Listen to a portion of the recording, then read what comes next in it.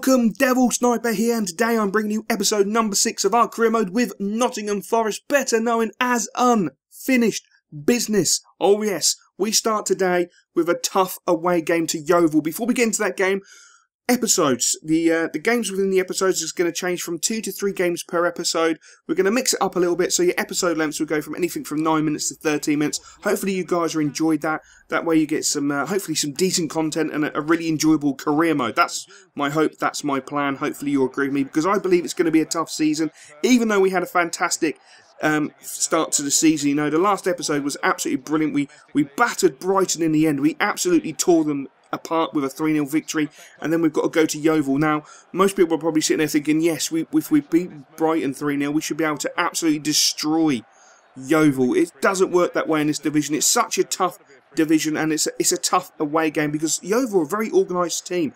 Very, very organised team. They just gave away a very sloppy free kick, and we've got it in a dangerous position. We should be sticking this towards the back post for the big boys at the back to come up and pound in, but unfortunately we're just not clinical enough with that delivery of that free kick. It's something we've got to work on, is the delivery of the free kicks. We don't actually pick up many free kicks, unfortunately. It just seems to be that way at this moment in time. Within, you know, the referees seem to be quite happy to award them against us than award them for us. But we've got to be clinical when we get hold of them. But as you can see, Yeovil are being quite attacking, going down that right hand side. But you see the huge tackle going, but unfortunately that is quite a serious injury to the Yeovil lad. I believe he came out with a broken elbow. I mean, he landed so heavy on it. That must have been extremely painful, really, really painful.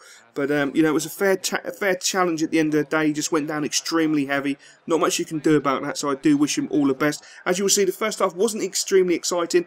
It was just due to Yeovil. They just played so well. They were very tactically astute. They defended very solidly. They do leave a gap between the back four and the midfield, which we've got to exploit, but we're not going to exploit it with deliveries like that. That is a poor cross.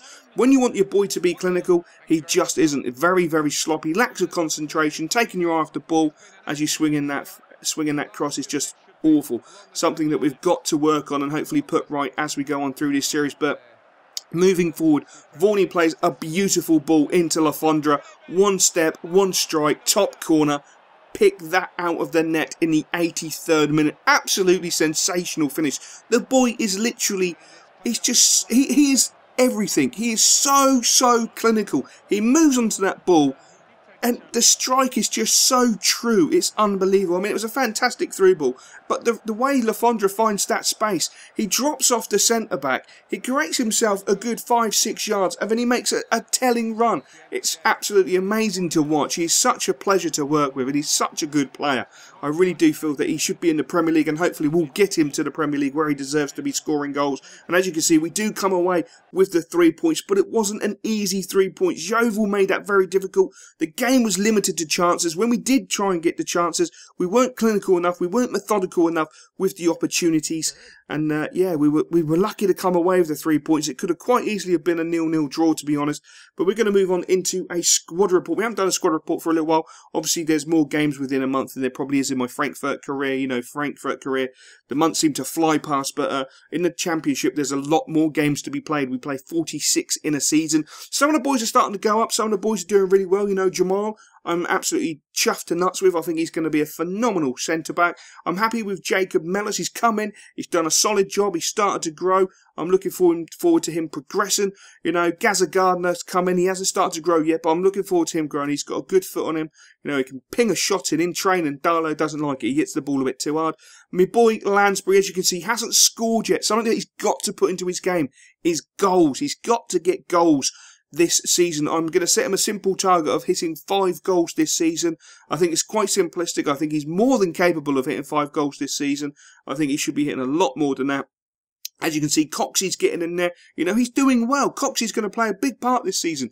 You know, he was a little bit disgruntled in last episode, but he was dropped, and you know, he played well. And you know, I have to say, I did drop it, and he had played really well. The reverse pass to Reedy was sensational. But when you've got Lafondra up top, who at this moment in time just seems to be scoring for fun, it's sensational. It's very difficult to drop him, you know, and I don't particularly want to be playing a 2 up top, so it makes it even more difficult. But you know, the boys doing well. They will get used. As you can see from the remainder of the players, a few of them are going up. The ones that are going up aren't playing, and that really frustrates me, especially when I look at the likes of Darlow.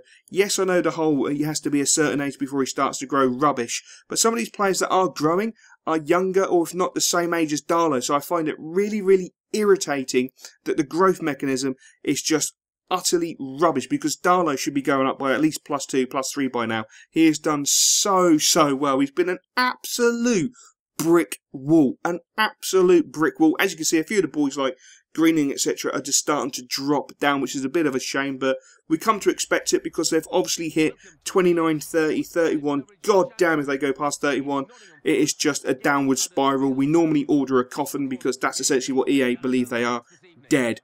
But there you go. What can you do? We have a tough home game against Huddersfield. Again, not an easy game. We are sitting top of the division. Let's not get delusions of grandeur. Let's not get delusions of grandeur. Even though it's very, very proud to be saying we're top of the championship, it is absolutely sensational. Let's not get delusions of grandeur, you know. It's a long, long season. We're coming up against a decent side. You know, Huddersfield are a decent side, very good side, well organised side, and as you can see, they're playing that 4-5-1, so defensively they're going to be organised. They're going to have plenty of people around that ball. They're going to be so difficult to break down. They're more likely going to be trying to hit us on the counter attack, which I'm fully prepared for. That's why we're playing the 4-2-3-1. We're prepared for the counter attack. We've just got to manage it properly. But as you can see, Huddersfield come out and they're literally having a good crack at us. I mean, that was a great defensive header, but straight to the volley. It looked like it come off his actual shin. I mean, thank God he didn't hit that on his foot, because that could have been flying in the top corner as easy as Lansbury does in training. But on this occasion, it wasn't. Thankfully, it wasn't. But you can see the game is just really dogged. We're outmanned in midfield. The amount of players in midfield is just unbelievable. Coxey gets pushed off the ball quite easily there. I'd expected him to put up a bit more of a fight. I want to see him use his shoulder a bit more, get his body in there a bit more, you know, really make a pain for the centre-backs. He doesn't seem to do that at this moment in time, but we'll work that into him. We're ingrained that to him, and we go in at half-time with a 0-0 scoreline. I've got to say, 0-0 at half-time, it was probably fair, because neither side really looked prepared to take that risk. And, you know, I'll hold my hands up. I'm not always prepared to take that risk, to try and go for that killer move, try and get that goal, because I am actually afraid that if we concede, it's such an upward hill battle on Legendary to go and nick the goal. But a beautiful ball over top into Mackie. Mackie showing what an animal he is. He just breaks through those defenders with ease. He batters them out the way like a battering ram. He got the shot off, but unfortunately it lacked a bit of power. You know, he didn't have the snap behind him, which was a great shame. But, you know, I've got to say, the referee was a little bit harsh here. I mean, that was a good challenge in my book, you know. It was a fair challenge, a 50-50 challenge. Aberdeen just had a little bit more about him than the Huddersfield lad, and, you know, what can you do? But Huddersfield did really push us, as you could see there. Nice ball coming in, and they had a bit of a half chance. But look at Jamal. That's what I love about Jamal. You know, all season long so far, we're only 6-7 games into the season, he's pulling off tackles like that for fun. He reads the game so intelligently. He's going to be a phenomenal centre-back. He really, really is. Absolutely brilliant centre-back. I'm so chuffed to have him at the club. I will definitely be issuing a hands-off come January if anyone's watching these, especially aspiring managers. You're not having him at the end of the day. Jacob Miller's trying to get in there with a diving header. Unfortunately, was not meant to be. The cross was too close to the keeper. Again, we've got to work on our crossing. The crossing was absolutely awful yet again. I mean, Darlow wasn't really troubled. The game wasn't really exciting, and we did come away with a point. You can see the boys are slightly disappointed because we just didn't, you know, we just didn't have it about us. That we lacked that killer touch, that killer piece of guile to thread a through ball, and it has knocked us off top spot. As you can see, you know, after 10 games, 6 wins, 2 draws, 2 losses, we've scored 14, we've only conceded 3, which I'm really chuffed. You know, our defensive side of the game is absolutely rock solid. We defend so well as a 4-man unit, and when you consider we've got the 2 CDMs, we defend so well with a 6-man, and then we could even incorporate the left mid, the right mid. We just defend so well as a team, as a complete unit. We really do. And you will see that the actual screen has changed. Yes, I don't know why. I was getting a bit bored of co-op, so I decided to stick it on default and see how default was, because I've never really used default. I've always used co-op. And to be honest with you, not a very good idea. So I try to chip the ball back to Darlow. Darlow comes out, completely cocks it up, and gifts Blackburn an easy goal. That is very disappointing. Why my centre-back ducks? Obviously, Darlow's come out and said keepers. The centre-back's ducked. Darlow's realised, shit, I can't pick it up. He's tried to control it, fluffed it, and just gifted a simple goal to Blackburn early doors, which is beyond frustration. As you can see, the referee being a bit overzealous. Gazza Gardner go in there. Yes, he catches the player, but I do feel the dramatisation by the Blackburn player got my boy Gazza Gardner booked there. I feel that it was a strong challenge. Yes, it was a foul, but I don't see the point of a booking. There was no really bad challenges throughout the first half, in my personal opinion, but Mayuski, knocking the ball forward. Beautiful crossing, and who is there? Who is there? Come on, who is there? Who is there? Who is there? Yes, of course, he's always there. He is always there. An absolutely sensational header into the back of the net to bring us back into the game after that disastrous start. That absolute disastrous start as Darlow just picks the ball out of the air. Great shot there by Blackburn, but it was just a simple save for Darlow. He's such a beast. And as you can see, Lansbury powering all the way through, goes for the cross shot. Keeper gets a good strong hand to it, manages to push it out. But this time it's Patterson down that right-hand side, looking to get to that byline, gets the cross in. Unfortunately, we don't connect with the cross. We can't connect with the ball on the edge of the area. And we try for our damnedest to make something happen. But that was a huge save. That was a huge save by the Blackburn keeper. Ball comes out to the edge of the box with Vaughansey. Vaughansey knocks it across to Mayuski.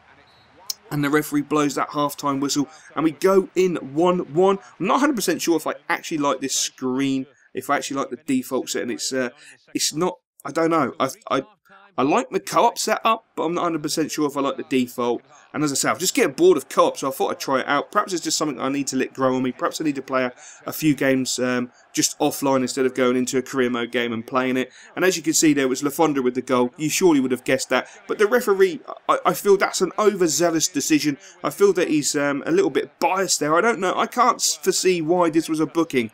Both players are having a niggle at each other. Both players are wrestling at each other, and yet he's given Gazza Gardner his second yellow card to receive a red card, which I felt was beyond harsh. I felt that was extremely harsh, but at the end of the day, the referee is the man on the pitch. He's the one who deems it. We will try and appeal it. We'll have to see, because normally we get a one-match ban, so I'm not 100% sure if it's going to be worth appealing. Darlow putting off a huge save at the end of the episode, as you saw there. We go in at full time with a 1-1 scoreline. I hope you've enjoyed this episode, guys, and I will catch you later. I used to dream about cars and things, about being a star and things. I thought that I would outgrow this feeling. It seems my dream